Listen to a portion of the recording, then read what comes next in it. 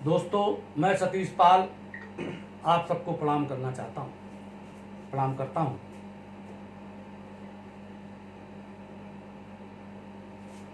दोस्तों, चाह गई चिंता मिटी, मनुआ बेपरवाह, और जिन्हें कुछ नहीं चाहिए ते सहन के साथ। ये देश त्यागियों का देश है, ये देश ऋषियों मुनियों का देश है, ये देश वीरों का देश है। जब लोग जातिवाद के आधार पर राजा होने लगे, अन्याय अत्याचार किया, तब देश ये गुलामी की ओर गया है। मुगल काल में गोस्वामी तुलसीदास जी ने संमत 1680 गंग के तीर, 1680 कितने दिन हुए? 500-600 साल पहले गोस्वामी तुलसीदास जी हुए। उसी समय अकबर राजा हुआ है। उसके पहले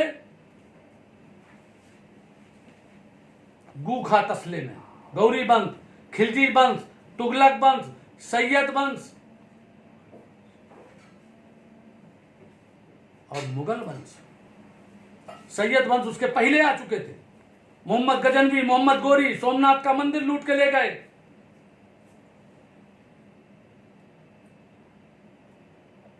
तुलसीदास जी ने बहुत सी बातें लिख दी।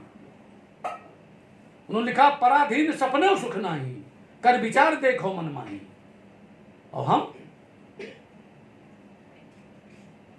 अरे दोस्तों, इस देश को कभी दूसरों से खतरा नहीं रहा। मोहम्मद गोरी अगर आया था तो जयचंद के बदौलत आया था। पृथ्वीराज को, और हमारे देश के लोग तो बहुत माफ करते लोग, पृथ्वीराज ने उसको कई बार हराया। 17 बार ना हरा करके छोड़ दिया था। और 18वीं बार मोहम्मद गोरी लेटा हुआ था। उसने देखा चींटी चढ़ती है फिर गिर जाती है, चढ़ती फिर गिर जाती है, और एक बार चढ़ने में सफल हो गई। वहीं से उसको प्रेरणा मिली और पृथ्वीराज पर चढ़ाई कर दी। पृथ्वीराज को बंदी बना लिया। लेकिन पृथ्वीराज शब्दवेदी चौहान था, उसके साथ कविराज एक चंद्रबरदाई जी रहते थे। तो मोहम्मद गोरी ने कहा, मोहम्मद गोरी ने पृथ्वीराज जी की दोनों आंखें फोड़ दी थी।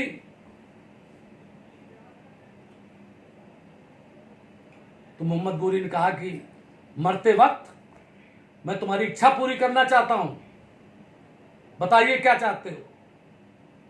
तो उन्होंने कहा कि मैं धनुष बाण चलाना चाहता हूं। पृथ्वीराज जी शब्दवेदी थे, उनको शब्द पर बाण मार देते थे। तो उसी वक्त कहा चंद्रबरदाई ने कि 4 बांस 24 गज अंगुल अस्त्र प्रमाण, इतः पे सुल्तान है मत चूको चौहान। बस उसी समय उसने मार दिया और मोहम्मद गोरी को मार दिया। आज मैं आप सबसे कहता हूं, पूरे हिंदुस्तान के लोगों से, किसानों से, मजदूरों से, अपने लोगों से, इशारा मेरा समझ लो कि आज आपके लिए मैं सतीश पाल आपसे कह रहा हूं कि 4 बांस 24 गज अंगुल अस्त्र प्रमाण, और इतः पे सुल्तान है मत चूको चौहान। अत पिछड़ों की लड़ाई लड़ो, मानवता की लड़ाई लड़ो, किसानों की लड़ाई लड़ो,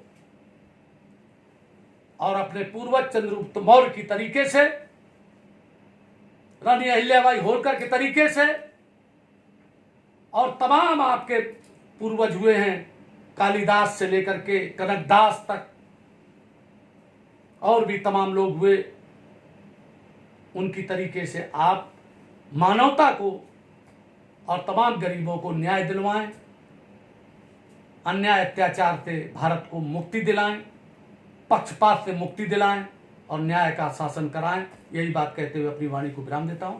बहुत बहुत धन्यवाद।